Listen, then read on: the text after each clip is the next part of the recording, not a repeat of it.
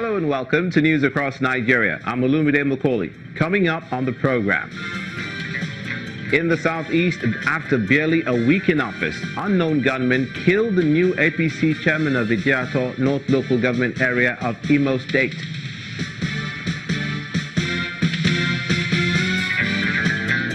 Vice President Yemi Osinbajo meets critical stakeholders in Lagos State to solve the Apapa gridlock.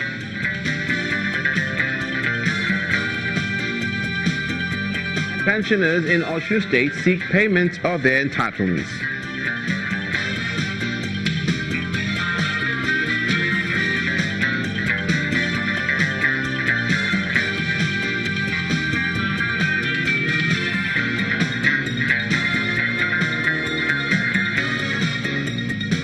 Hello again. Thank you so much for joining us. The Imo State Governor, Okorocha, has promised to reward anyone with information on the murder of APC Chieftain in the state, Sunday Ijagu, with 20 million naira. Addressing government house correspondents at the government house in Owerri, the Imo State capital, Governor Okorocha called on security operatives in the state to swing into action and immediately arrest the perpetrators of the heinous crime.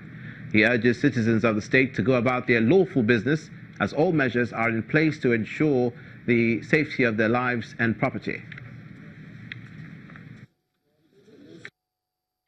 Urge all the leaders here, of that or not, who are working here, to go back home and assist the police in fishing out the killer of our nation. And I'm here placing a price tag that whoever can give any useful information as to the killer of our nation, this government will release the sum of 20 million naira immediately, only to make sure that we get whoever has killed this innocent soul. And you must go back and ensure that you support the police to do so. The security agencies have been directed and mandated within the shortest possible time to produce the killer of this man. The senator representing Kogi West in the National Assembly, Malaya, has made a dramatic return after allegedly being attacked by persons yet unknown. The senator, whose whereabouts was a source of concern to his family and friends, only yesterday says he's back on the beat, and that's according to the senator himself, who released a message on his Twitter handle this morning, which reads, quote, "I thank God once again for escaping another dangerous attack. I also thank Nigerians for their prayers and show of love. Spent 11 hours in the wilderness traumatized, but God preserved me. God is the best and in whom only I trust. They will continue to try. We shall overcome." End of quote. Senator Malaya's colleague, Ben Murray Bruce, had raised the first alarm yesterday when he alleged the senator had been kidnapped. But when he failed to appear in court to answer charges of gun running leveled against him, his counsel told the court his client could not make it because he was allegedly attacked in Gwagwalada. The confusion prompted the police to issue a statement saying there's been no report of a kidnap or attack on the person of Senator Dino Malaya in any of his stations nationwide, asking any member of his family that witnessed either the attack or kidnap to promptly come forward. In the southwest, the anticipated reconstruction of the Apapa-Oshodi Expressway and repairs of damaged portions of roads leading to the Tin Can port may begin within the next 2 weeks if the approval for the projects are concluded.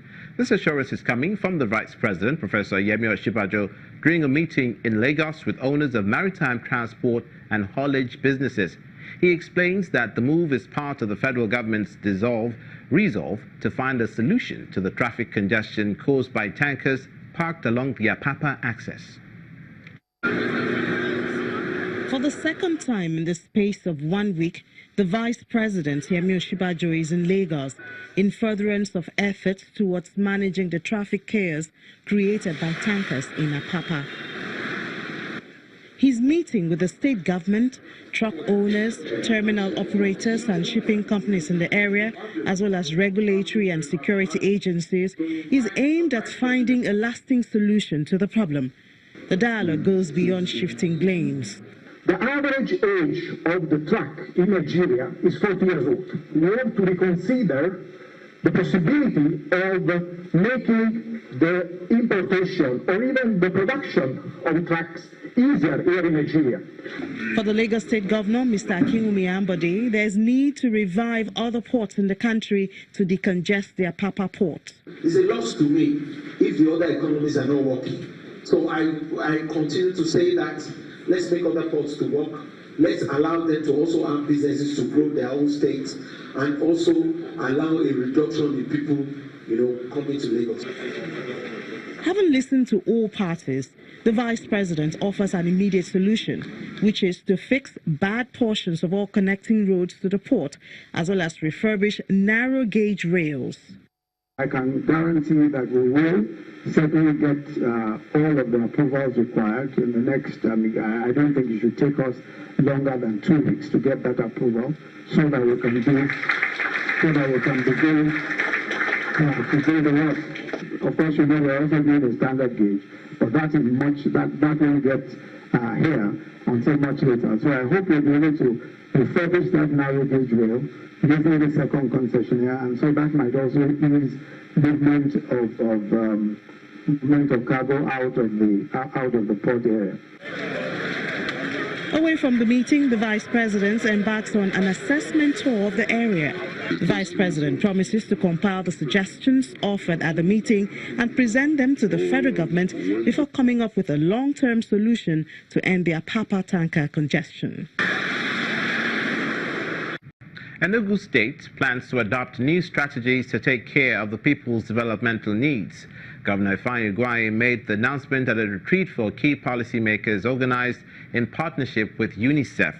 The retreat aims to review the policy thrust of major sectors to map out an economic blueprint and growth plan for the next 4 years. The commencement of this one-day retreat, designed to review the policy thrusts of various sectors in Enugu State, organized by UNICEF in conjunction with the state government. Present here are the State Governor, Ifeanyi, members of the state's Economic Advisory Committee, and representatives of UNICEF, among others. Members of the Enugu State Advisory Committee set the tone for the gathering. This meeting is about what must we do to help many lives in our villages, especially who cannot even transport themselves to Enugu because there is no school in the village, there is no job in the village, there is no water flowing in their villages, they cannot transport themselves home, they have no means of transportation and no means of livelihood, and you are here to be those people who can access them. A lot of times we talk about poverty reduction, gender equality. What do these things mean? We want you to leave this retreat being able, in your individual ministries, in your individual parastatals and agencies, to ask yourself, how am I going to be able to reduce poverty within the context of what I'm doing? In his address, the state governor outlines the focus of his administration towards meeting the needs of the people. In the years to come, we shall focus on the following goals. Poverty reduction, social wealth creation, healthy and productive citizens, highly educated and skilled workforce, youth empowerment and employment, urban city renewal / upgrade, peace and security, citizens with the right attitude and values, responsive, inclusive and accountable governance, economic and fiscal expansion. In achieving these targets, the representative of UNICEF gives these recommendations. A desk review of the situation of children and women in Enugu State using the multi-indicator cluster survey 2016-2017, the report of Visit Every Community VEC project, Enugu State flagship project, recently evaluated, as well as other available data sources. This will inform evidence-based development of a strategic plan that addresses key development issues in the state. As participants leave this venue, the expectation of residents is to see the actualization of the new strategies adopted for growth by the Igwai-led administration.